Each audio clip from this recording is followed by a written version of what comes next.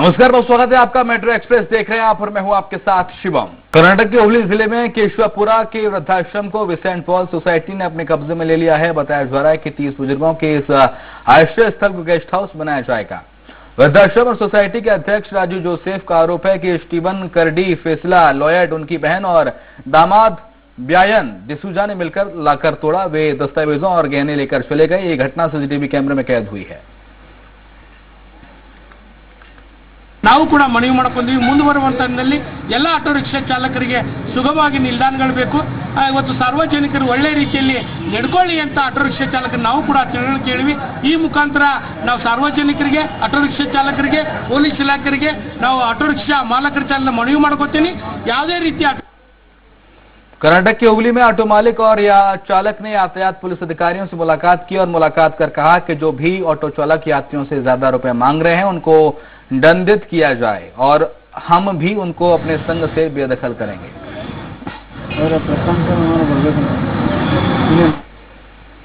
बात हुबली की होगी, जहां पर ग्रामीण विकास मंत्री के एस ईश्वर रप्पा ने सीडी मामले में कुछ भी बोलने से मना कर दिया। उन्होंने कहा कि तीनों उपचुनाव जीतने का दावा किया है। उन्होंने सिद्धरमैया पर निशाना साधते हुए कहा है कि पहले वे चुनाव लड़ने से मना उन्होंने किया था, मगर अब वो 2 क्षेत्र से चुनाव मैदान में खड़े हुए हैं। ಮಾತಾಡಲ್ಲ ಸಿಡಿ ಬಗ್ಗೆ ಸಿದ್ದರಾಮಯ್ಯ ಹೇಳಿದ್ರು। ಇವತ್ತು ದಿನ ಒಂದೊಂದು ಹೇಳಿಕೆ ಕೊಡ್ತಾ ಇದ್ದಾರೆ।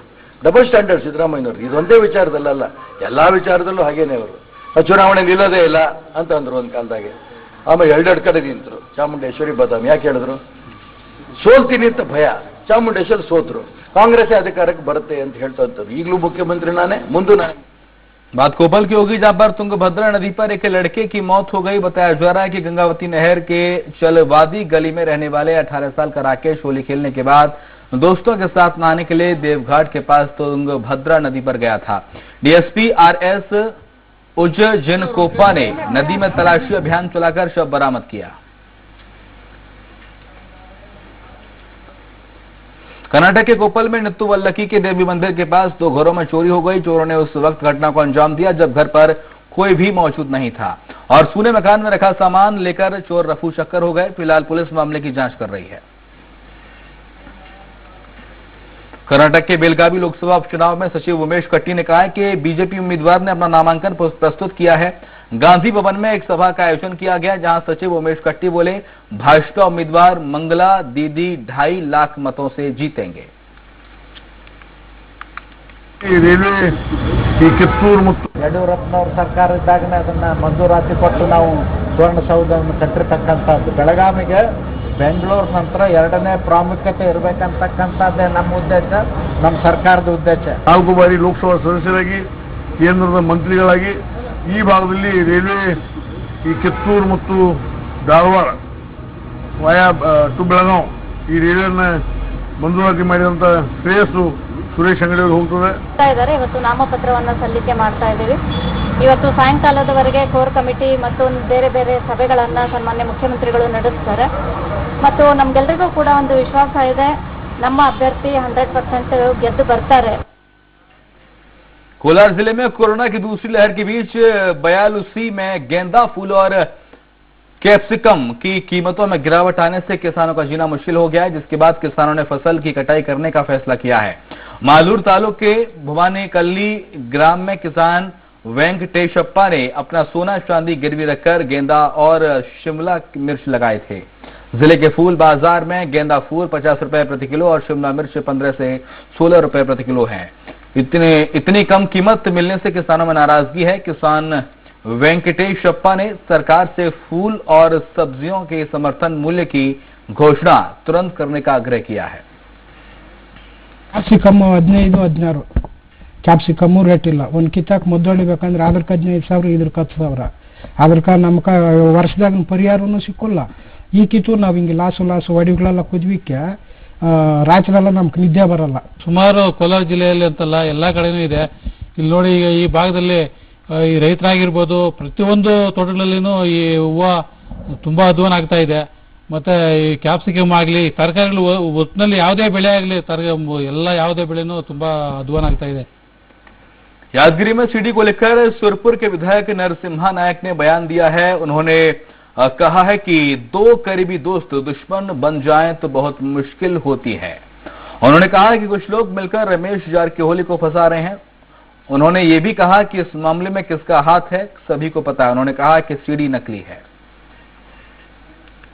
ಆ ಲೆಕ್ಕದಲ್ಲಿ ಆ ಕೆಲಸ ನಡೆದಿದೆ। ಅದಕ್ಕೋಸ್ಕರ ಇವತ್ತು ರಮೇಶ್ ಅಣ್ಣನ ಯಾವ ರೀತಿಯಿಂದ ಸಿಗಾಕೋತಾನ ಲೆಕ್ಕದಲ್ಲಿ ಜನ ಮಾಡಿದ್ದಾರೆ। ಈಗಾಗಲೇ ಅದು ಕಾನೂನಲ್ಲಿ ನಡೆದಿದೆ, ತನಿಖೆಯಲ್ಲಿದೆ। ಅದ್ರ ಬಗ್ಗೆ ಹೆಚ್ಚಿಗೆ ಅಂತ ಮಾತಾಡಕ್ಕೆ ಹೋದ್ರೆ ಅಲ್ಲಿ ವಿಚಾರಣೆ ಅಡ್ಡ ಆಗಬಹುದು ಅನ್ನೋ ದೃಷ್ಟಿಯಿಂದ बेलगावी जिले के गोकाक नगर में सतीश जारकिहोली की बेटी प्रियंका जारकिहोली ने पिता के लिए जन समर्थन मांगा है। प्रियंका जारकिहोली ने चुनाव का प्रचार करते हुए अपने पिता को जिताने की मांग की है। प्रचार के दौरान उनके साथ सतीश जारकिहोली के समर्थक और कांग्रेस के कार्यकर्ता भी शामिल हुए। ಅವರು ಗೋಕಾಕ್ ತಾಲೂಕಿಗೆ ಅಭಿವೃದ್ಧಿ ಮಾಡಲು ಸಾಕಷ್ಟು ಅಪಾರವಾದ ಕೊಡುಗೆ ಇದೆ। ಸಾಂಸ್ಕೃತಿಕವಾಗಿರಲಿ, ಕ್ರೀಡೆ ಆಗಿರಲಿ, ನೀವು ನೋಡ್ತೀವಿ ಸತೀಶ್ ಯುವಕ ಅವಾರ್ಡ್ಸ್ ಎಲ್ಲರೂ ಪ್ರೋತ್ಸಾಹ ಮಾಡ್ತಾರೆ। ಅದಕ್ಕೆ ಇಂಥವ್ರು ನಮ್ಮ ತಂದೆಯವ್ರಿಗೆ ಮತ ನೀಡಿ ನೀವೆಲ್ಲ। कर्नाटक के उबली किसान नेता राकेश टिकैत पहुंचे, जहां उन्होंने एक सभा में केंद्र सरकार पर निशाना साधते हुए कहा कि केंद्र सरकार को तीनों कृषि कानून वापस लेने होंगे। अगर कृषि कानून वापस नहीं लिए गए तो यह आंदोलन जारी रहेगा। तीनों कृषि कानून से केवल किसानों को नुकसान होगा। ना कानून को हाथ में नहीं, वो फसल बेचने किसान जाएगा, उसकी फसल खरीद लेना, तो कानून तो हाथ में सरकार लेती है। ऐसा तो कुछ नहीं। हमने कहा कि कानून को तोड़ो, हमने कहा कि एमएसपी पे फसल बेचो और उससे कम पे कोई खरीद करे तो उसके खिलाफ कानूनी कार्रवाई होनी चाहिए। अगर पुलिस प्रशासन रोकता है तो पुलिस प्रशासन खरीद ले। हुबली के हवाई अड्डे पर सीएम येदियुरप्पा ने सीडी लेडी के बारे में जानकारी दी। उन्होंने कहा कि सीडी लेडी जज के सामने पेश की गई और मुझे पता है कि इसमें क्या बताया गया है। उन्होंने कहा कि इस मामले में कानून अपने तरीके से कार्रवाई करेगा। उन्होंने तीनों उपचुनाव में जीत का दावा किया। उन्होंने ये भी कहा कि बेलगावी में 2.5 लाख मत से जीत हासिल करेंगे। ಎಲ್ಲ ಕಡೆ ಸುರೇಶ್ ಅಂಗಡಿಯವರ ಬಗ್ಗೆ ಇರುವಂತ ಅನುಕಂಪ ಸಹಜವಾಗಿ ಅವರ ಶ್ರೀಮತಿಯವರು ನಾನೀಗಾಗಲೇ ಹೇಳಿದಂತೆ 2.5 ಲಕ್ಷಕ್ಕೂ ಹೆಚ್ಚಿನ ಅಂತರದಲ್ಲಿ ಗೆಲ್ತಾರೆ ಅಂತ ಹೇಳಿದ್ದೆ। ಈಗ ವಾತಾವರಣ ನೋಡೋದು ಇನ್ನೂ ಹೆಚ್ಚು ಅಂತರದಲ್ಲಿ 100ಕ್ಕೆ 100 ಗೆಲ್ತಾರೆ ಅನ್ನುವಂಥ ವಾತಾವರಣ ಇದೆ। ಎಲ್ಲರೂ ಸಹ ಒಗ್ಗಟ್ಟಾಗಿ ಒಂದಾಗಿ ಕೆಲಸ ಮಾಡ್ತಾ ಇದ್ದಾರೆ। मंगलौर में कर्नाटक के स्वास्थ्य मंत्री डॉक्टर सुधाकर ने सीडी कांड पर टिप्पणी करने से इनकार कर दिया। उन्होंने इसे व्यक्तिगत मामला बताया और कोई प्रतिक्रिया नहीं दी। वे उडुपी जिले के 2 दिवसीय दौरे पर मंगलौर हवाई अड्डे पहुंचे थे, जहां पर डॉक्टर सुधाकर ने कहा कि वे मुस्लिम में प्रचार करने जा रहे हैं।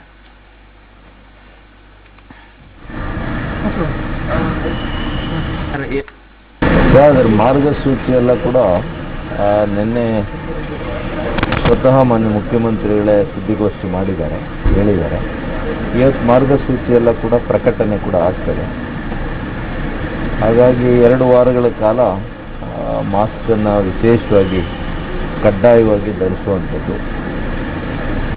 हुबली में एक मुस्लिम संगठन कर्नाटक वेलफेयर पीस काउंसिल 45 दिनों से लगातार भूख और बेरोजगारी से पीड़ित लोगों को भोजन उपलब्ध करा रहा है। कर्नाटक कल्याण शांति परिषद हुबली में श्री सिद्धार्थ रेलवे स्टेशन पर संगठन का काम चल रहा है। मुस्लिम समाज के संगठन की ओर से भूखे लोगों को अन्नदान किया जा रहा है। संगठन के हजारों बेरोजगार और गरीब लोगों को रोज खाना खिलाता है। चिकबल्लापुर में प्रेम संबंध बनाने के चलते एक प्रेमी ने अपनी प्रेमी के लड़के का अपहरण करके उसकी हत्या कर दी। पुलिस ने मृतक 6 साल के बच्चे की खोपड़ी, हाथ की हड्डियां और कपड़े बरामद किए हैं। ये खोपड़ी और हड्डियां कर्नाटक आंध्र की सीमा पर सदर लाहल्ली के पास मिली है। पुलिस ने प्रेमी रमन जी नामक व्यक्ति को हिरासत में लिया है।